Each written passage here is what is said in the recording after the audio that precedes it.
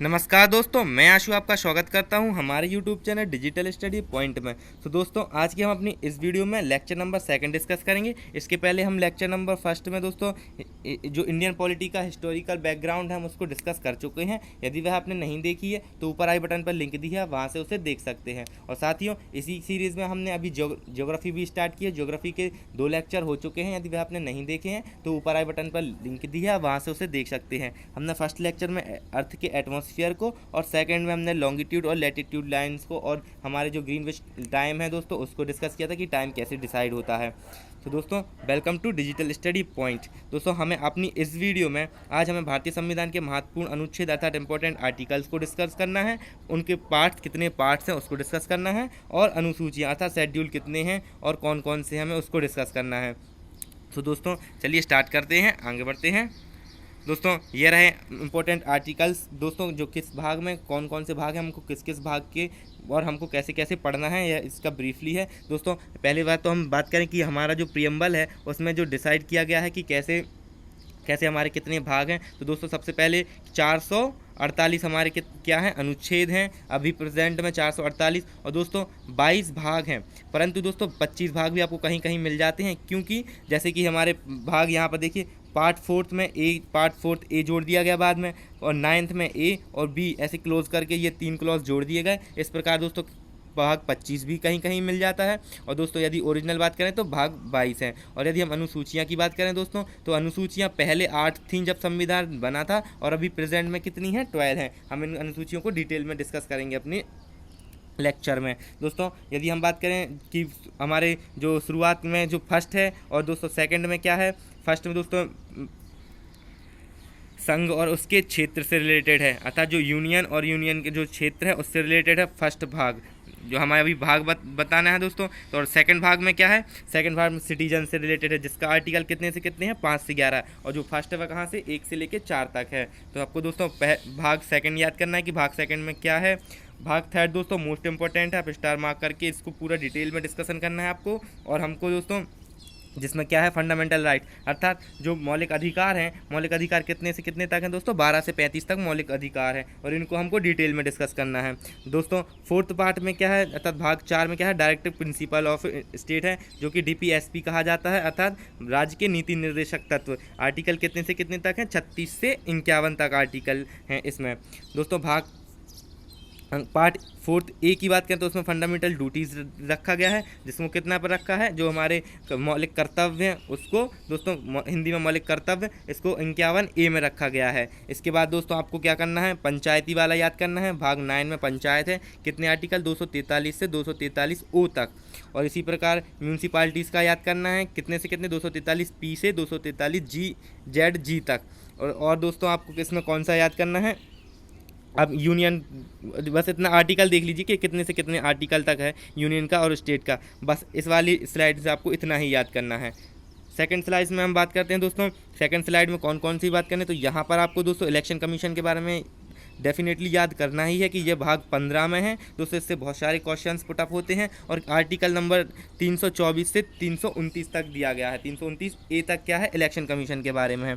तो और भाग कौन सा है दोस्तों पार्ट 15 है। और इसके साथ साथ दोस्तों जो ऑफिशियल लैंग्वेज के बारे में पार्ट 17 में दिया गया है, आपको यह याद करना है। और इमरजेंसी प्रोविजंस दोस्तों जो आपातकालीन जो प्रोविजंस लगाए जाते हैं वह किसने 352 से लेके 360 352 356 और 360 दोस्तों राष्ट्रीय आपातकाल 352, स्टेट की जो आपातकाल होती है दोस्तों राजकीय वह 356 में, और जो 360 में है वह कौन सा है वित्तीय आपातकाल। दोस्तों इस प्रकार से आपको यह वाला ये 3 इस स्लाइड से आपको डेफिनेटली याद करने हैं।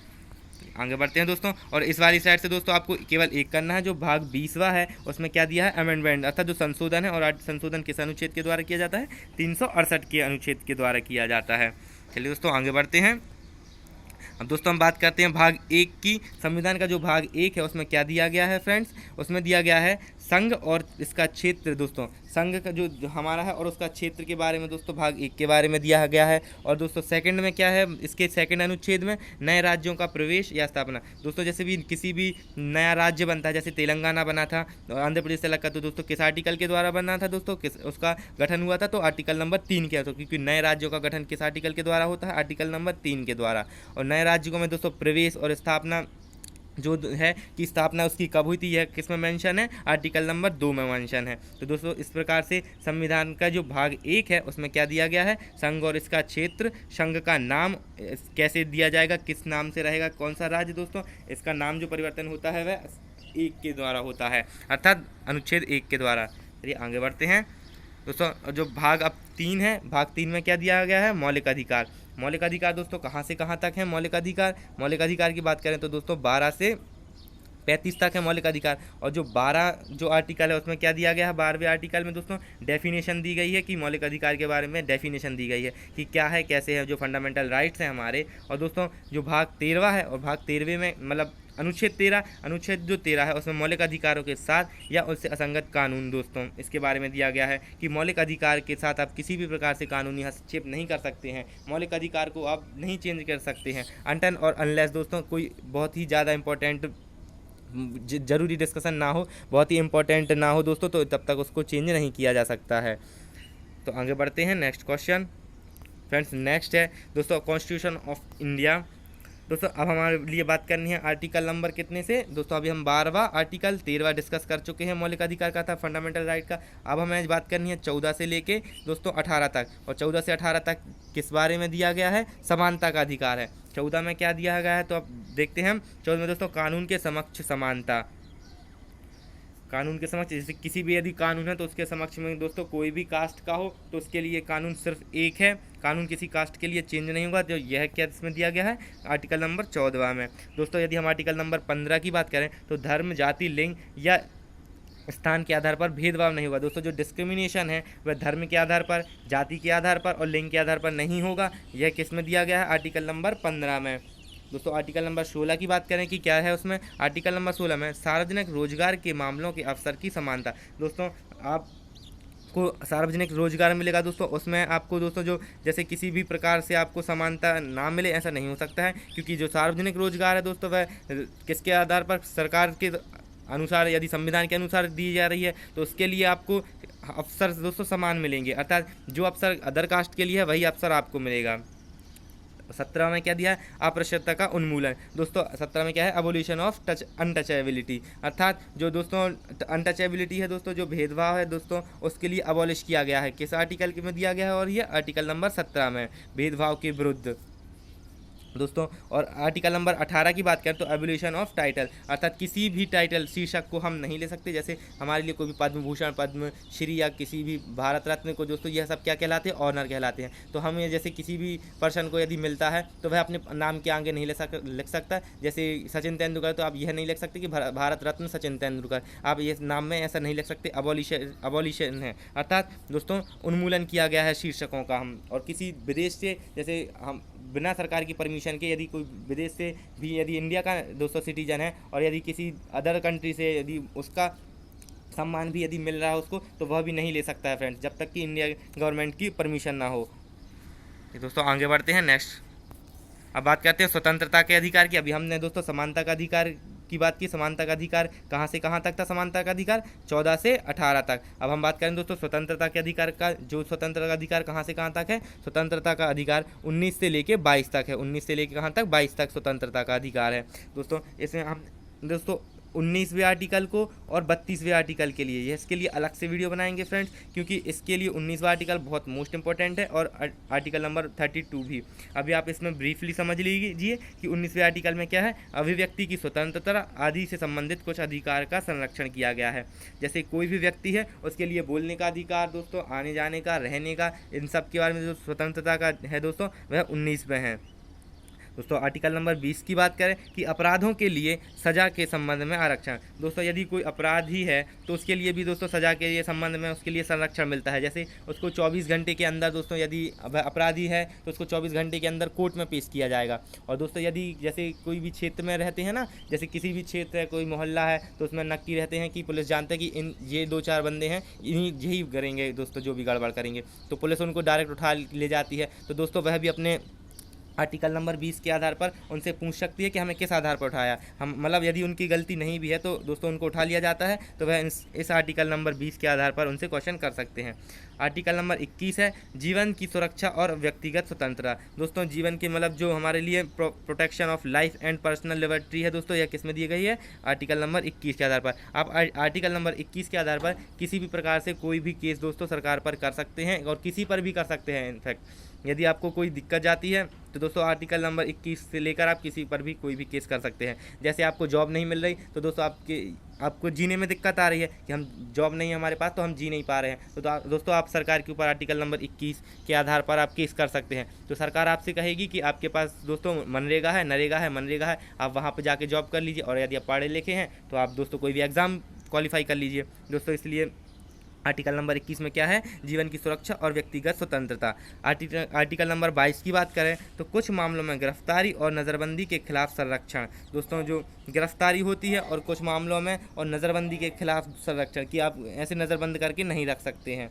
आर्टिकल नंबर 23 की बात करें दोस्तों, आर्टिकल नंबर 23 में क्या है दोस्तों? उसके बाद आता है आर्टिकल हो गया दोस्तों हमारे कितने? स्वतंत्रता का अधिकार हो गया दोस्तों। स्वतंत्रता का जो फ्रीडम है दोस्तों, उसका राइट टू फ्रीडम, उसका कितने हैं? 19 से लेकर 22 तक हो गया। अब हम बात करते हैं दोस्तों शोषण के खिलाफ अधिकार। शोषण के खिलाफ अधिकार दोस्तों कितने से कितने हैं?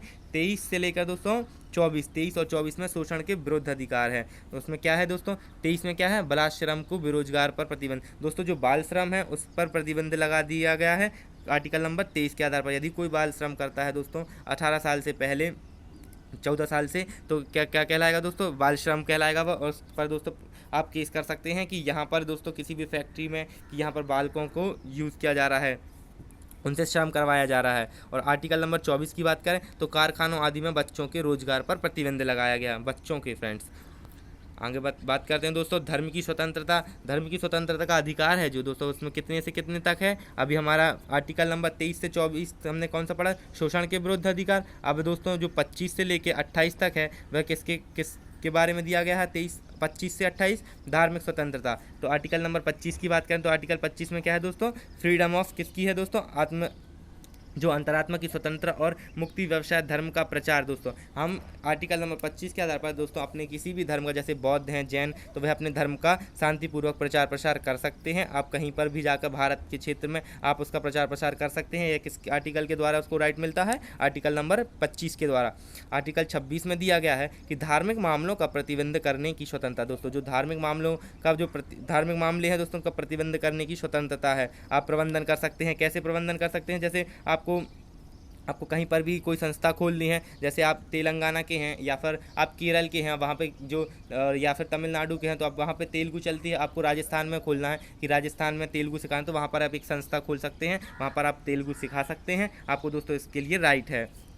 आगे बढ़ते हैं 27वां, किसी भी धर्म के प्रसार के लिए करों को भुगतान के रूप में स्वतंत्रता। दोस्तों आप किसी भी प्रकार से धर्म के प्रसार के लिए करों से स्वतंत्र है। आप यदि धर्म का प्रचार करना है तो ज़बरदस्ती आप किसी से कर वसूल नहीं सकते हैं। यदि आप कर वसूलते हैं तो दोस्तों आप पर केस हो सकता है। इसलिए इसकी और किस आर्टिकल में दिया गया है? ये आर्टिकल नंबर 27 में। आर्टिकल नंबर 28 में क्या दिया गया है? कुछ शिक्षण संस्थानों में धार्मिक शिक्षण या जैसे इसका अर्थ क्या है दोस्तों? जैसे किसी भी शिक्षण संस्थान है, जैसे कोई भी इंस्टीट्यूट है, वह अपने जैसे मुस्लिम इंस्टीट्यूट है, यदि वह आपको अरबी या मुस्लिम की जो कोई भी जैसे अरबी या उर्दू सिखाना चाहता है तो वह उसके पास राइट है, अब दोस्तों वहाँ पर वो सिखा सकता है। आर्टिकल नंबर किसके द्वारा? आर्टिकल नंबर 28 के द्वारा उसको यह फ्रीडम मिलती है। चलिए दोस्तों आगे बढ़ते हैं।